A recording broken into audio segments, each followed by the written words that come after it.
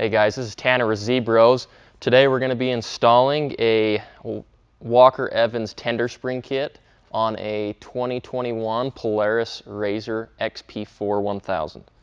On those applications like the XP1000, we supply a divider that's cut down. billet nut. Another Honda Talent. This happens to be a 1000R.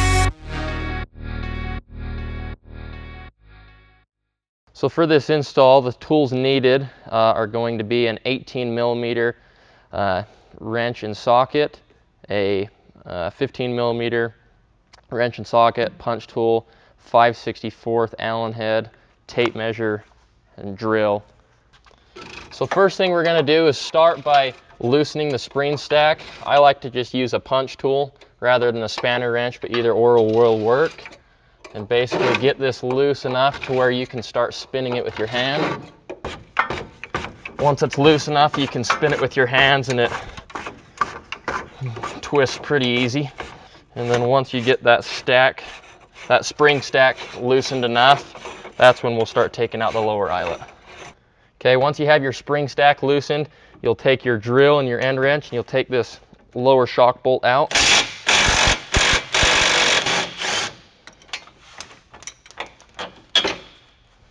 Once you have that out, you can pull the shock away. So once you get your spring stack loosened, you're going to take your lower shock bolt completely out, and then you'll have to get a flathead screwdriver and you'll have to pry up this bump stock on these shocks so you can get your shock guard off, as well as the lower spring retainer. So once you get your bump stop slid up high enough, you can just lift your spring stack, take that lower retainer off, just sit it down somewhere, and then your whole spring stack will slide completely off. So once your spring stack's off, before you put the tender spring and your stock mainspring back on, you're going to want to take your two-piece crossover ring and put that on the body. Line up the grooves to where you can put the set screws in place. Once you have that lined up, you'll take a set screw, this little guy right here, and you'll use a 5/64 Allen head to tighten those on. So after you get your bump stop slid up, your eyelet off, you'll put your spring stack back on. Make sure that your crossover ring is already on the threads. You're going to have to take your preload ring all the way to the top to get this stack on, and sometimes it does require an extra set of hands to help you push upwards to get this lower retainer back on.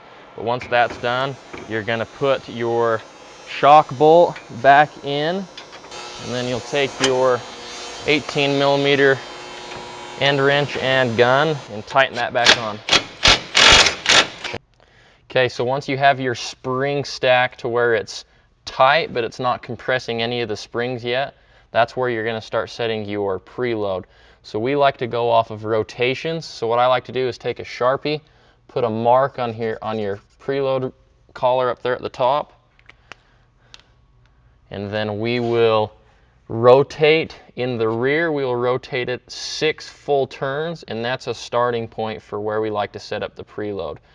This fluctuates a little bit per machine based off of what size tire and accessories and coolers and stuff you might have in it. So 6 turns, good starting point. So once you have 6 turns of preload in there, that's when you're going to set your crossover settings. So you're going to do this while the machine's still off the ground, and we like to measure from the top lip of this spring divider to the bottom of the crossover ring. We want that measurement to be at 4 3/4 inches. So you'll just rotate this down, and you can twist your spring if needed, and you'll just thread that down until you're sitting at about 4 3/4. Just a bit too far. So once you have that set at 4 3/4, you're ready to tighten your set screws. Once you tighten your set screws, you're ready to move on to the next shock. So now that we've completed the setup on the rear, we're going to move to the front. Front's going to be set up relatively the same as the rear, but if you're going to start before you loosen anything, I like to loosen the spring stack. It's easier to do this while the shock's still mounted. And I'll just thread this all the way up to the top. Once you get your spring stack loose, you'll take your lower shock bolt completely out. And then once you have that taken out, sometimes you have to use the arm or the hub and pull up on it to get that bolt out. You'll take this off and make sure that your bump stop slid up out of the way to where you can push this collar up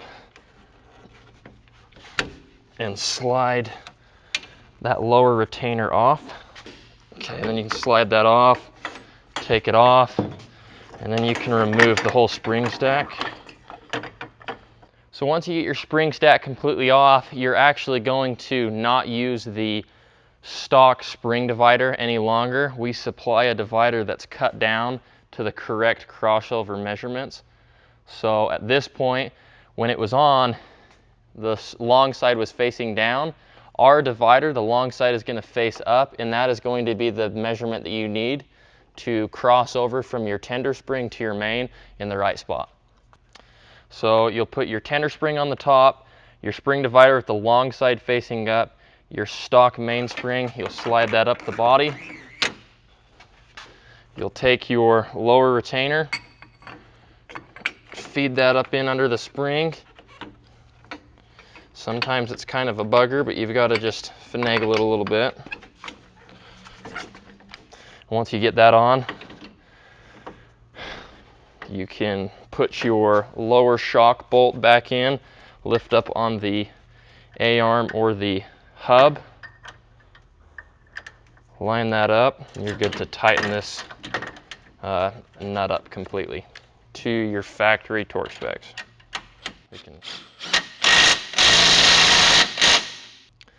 So like how we marked the preload ring on the rear, we're going to do the same thing, and we're going to get a black Sharpie and just put a mark on there. And we're going to set this up at a starting point with 6 turns of preload as well. So you're going to rotate your whole stack 360 degrees. That's one full rotation. You're going to do that 6 times. Once you've spun that around 6 times, that's a good starting point. Like I stated in the rear, that is merely just a starting point. Each machine's set up slightly different, so you may need to add or take out preload as needed. Once that's done, everything's tightened up. You don't have to do this, but slide your bump stock back down, and that is the complete setup. Contact your local dealers or go to zbrozracing.com to purchase these. Yeah.